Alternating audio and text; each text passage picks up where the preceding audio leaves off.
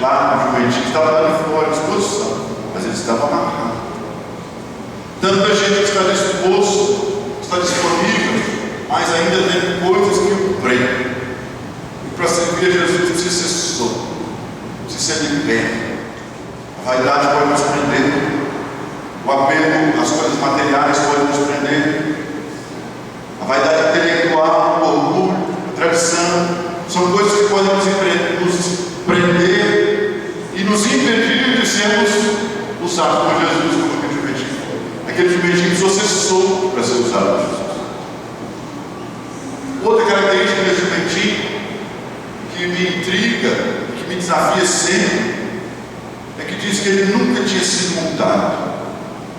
Não sei quantos aqui foram criados na roça. Eu e o pastor Flávio fomos. E pode não admitir, mas fomos. E nós sabemos que ninguém monta um animal assim de primeira. Ninguém monta.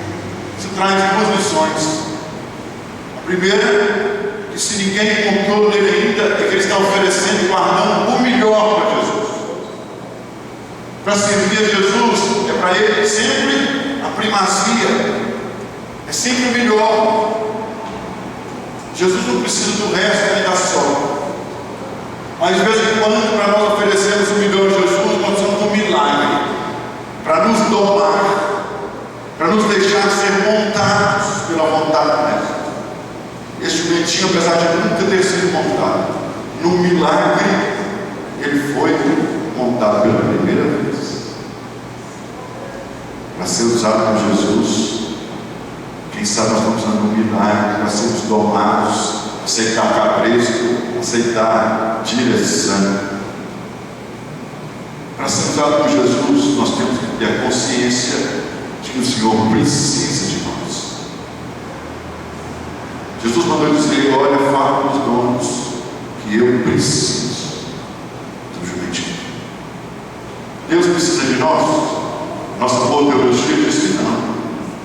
Deus é soberano. No instalar de Deus, Ele criou o universo. Ele não precisa de nós, mas Ele resolveu precisar de nós. Ele resolveu na sua soberania, deixar coisas para que eu e você fizéssemos. Ele resolveu na sua soberania necessitar de mim e de você, que nós fôssemos úteis a Ele. Mas nós precisamos descobrir ou nos convencer que Jesus precisa de mim, precisa de você. Não precisa das suas coisas, precisa de você. Precisa do seu coração quebrantado, de uma cerviz maleável que se deixa montar, livre, liberado e disponível. Mas é só uma passada por esse jumentinho. Não estou chamando de jumentinho, por favor. Só dizendo que a gente devia aprender esse jumentinho. Como Jesus diz para a gente aprender com a águia, aprender com a pomba, para ser simples, aprender com a serpente, para ser astuto, e assim por diante. Mas eu queria conversar com os irmãos mais 10 minutos acerca desses dois que Jesus enviou. Jesus chamou dois e nós não sabemos quem são. Disse: vocês vão descer ali, Jesus está com Betfagé. Não estive lá, mas pelo que eu estudei, 3 ou 4 quilômetros de distância, em alta uma colina. E o texto de Lucas diz que ao Jesus olhar para a cidade, antes de mandar esses dois, ou depois de ter mandado, Jesus chorou por Jerusalém. E no final desse texto, versículo 11, diz: Jesus chegou, e foi no templo, olhou tudo, como que era tarde, voltou, e eu fiquei tantas vezes imaginando como foi essa noite de Jesus. O que ele viu no templo, e o que ele passou a noite, culminando pelo que ele viu. E o que ele fez no dia, de entrar lá e destruir tudo. Mas ele mandou dois. Vocês vão lá, pegam um jumentinho e tragam para mim, que amanhã eu vou precisar dele. Quando nós resolvemos obedecer a Jesus, vão acontecer algumas coisas que estão aqui nesse texto. A primeira delas, quando eu e você, qualquer um de nós, resolvemos andar em obediência a Jesus, sempre vão estar no nosso caminho aqueles que reclamam. Daí, versículo número 5. Alguns que arriscaram reclamar. Sempre que você se dispuser a obedecer a Jesus, sempre que você se colocar à disposição livre, o milagre de estar disposto, liberto, com a consciência que Jesus precisa de você, você vai encontrar no seu caminho pessoas que vão reclamar. Vão reclamar da cor do seu cabelo, vão reclamar do tamanho da sua roupa, vão reclamar se o ar-condicionado está frio, se está muito quente, vão reclamar se está demorando muito, se não está. Todo mundo vai reclamar de alguma coisa, alguém sempre reclama. Mas não se abata, porque o texto está nos ensinando que sempre que você estiver debaixo da obediência, vai ter gente que reclama. Mas se você já sabe que tem gente que reclama, você vai deixar de fazer só por causa da reclamação dele. Você precisa se manter firme no seu propósito de obedecer, de seguir adiante, mesmo com a reclamação de poucos ou de muitos, ou de alguns, como diz o texto. Por isso, ao se dispor a obedecer a Jesus, saiba que você vai encontrar oposição. Saiba que só que você está fazendo o que é certo, você que está fazendo o que é correto, que Jesus mandou que você fizesse, as portas nem sempre vão se abrir. Sempre terão aqueles que reclamam.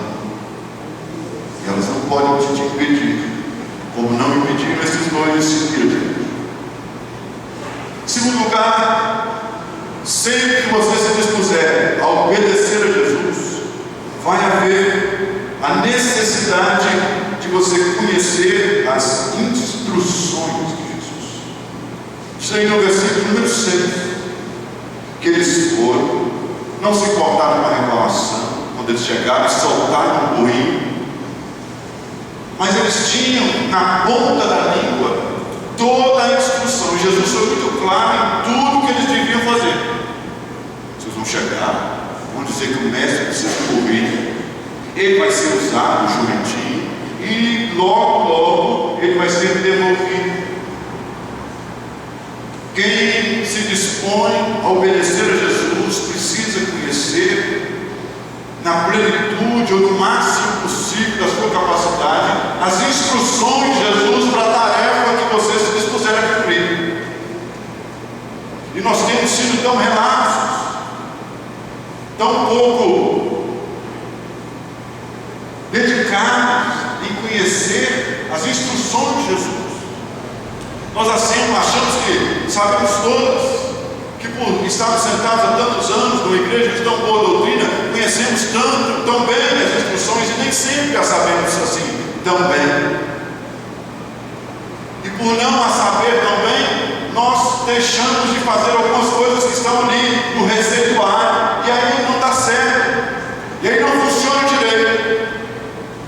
Quando nós estamos dispostos a obedecer a Jesus, nós precisamos saber exatamente quais foram as instruções, o que é para fazer, como fazer, quando fazer, de que jeito fazer. Que sem saber as instruções é entrar numa guerra sem estratégia, sem saber as instruções é ir para um jogo sem saber qual que é a tática, meio perdidos, meio sem saber para onde estamos indo e como estamos indo e o que deve ser feito. E o que é pior, nós muitas vezes temos a mania de escolher quais as instruções nós queremos seguir. Terceiro lugar, sempre que nós nos dispusermos a obedecer a Jesus, vai haver necessidade de sacrifício pessoal. Diz o versículo 7, que eles pegaram o jumentinho e puseram as suas vestes. Olha, isso não estava nas instruções.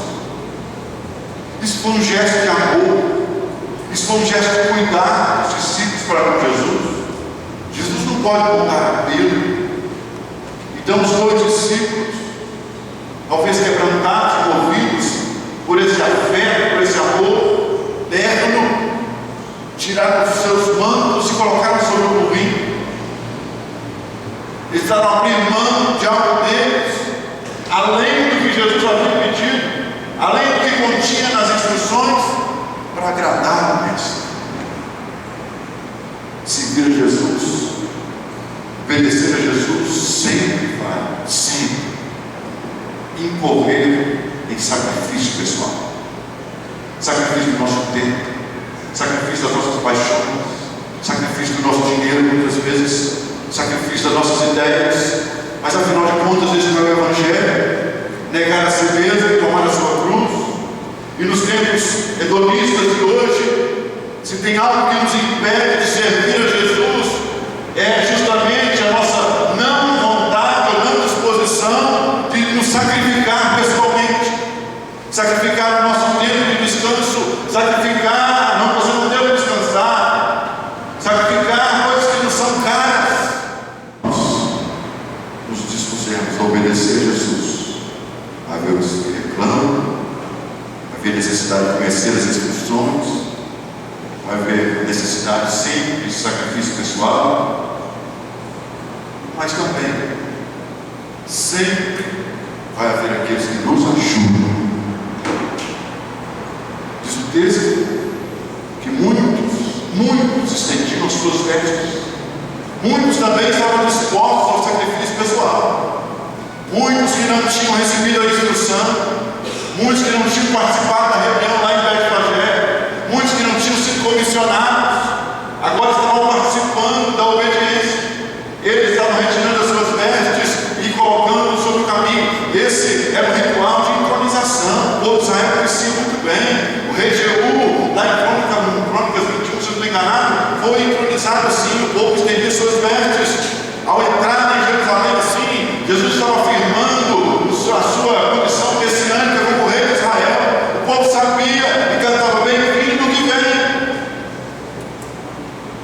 Que consolo saber que vai haver os que reclamam, mas Deus vai levantar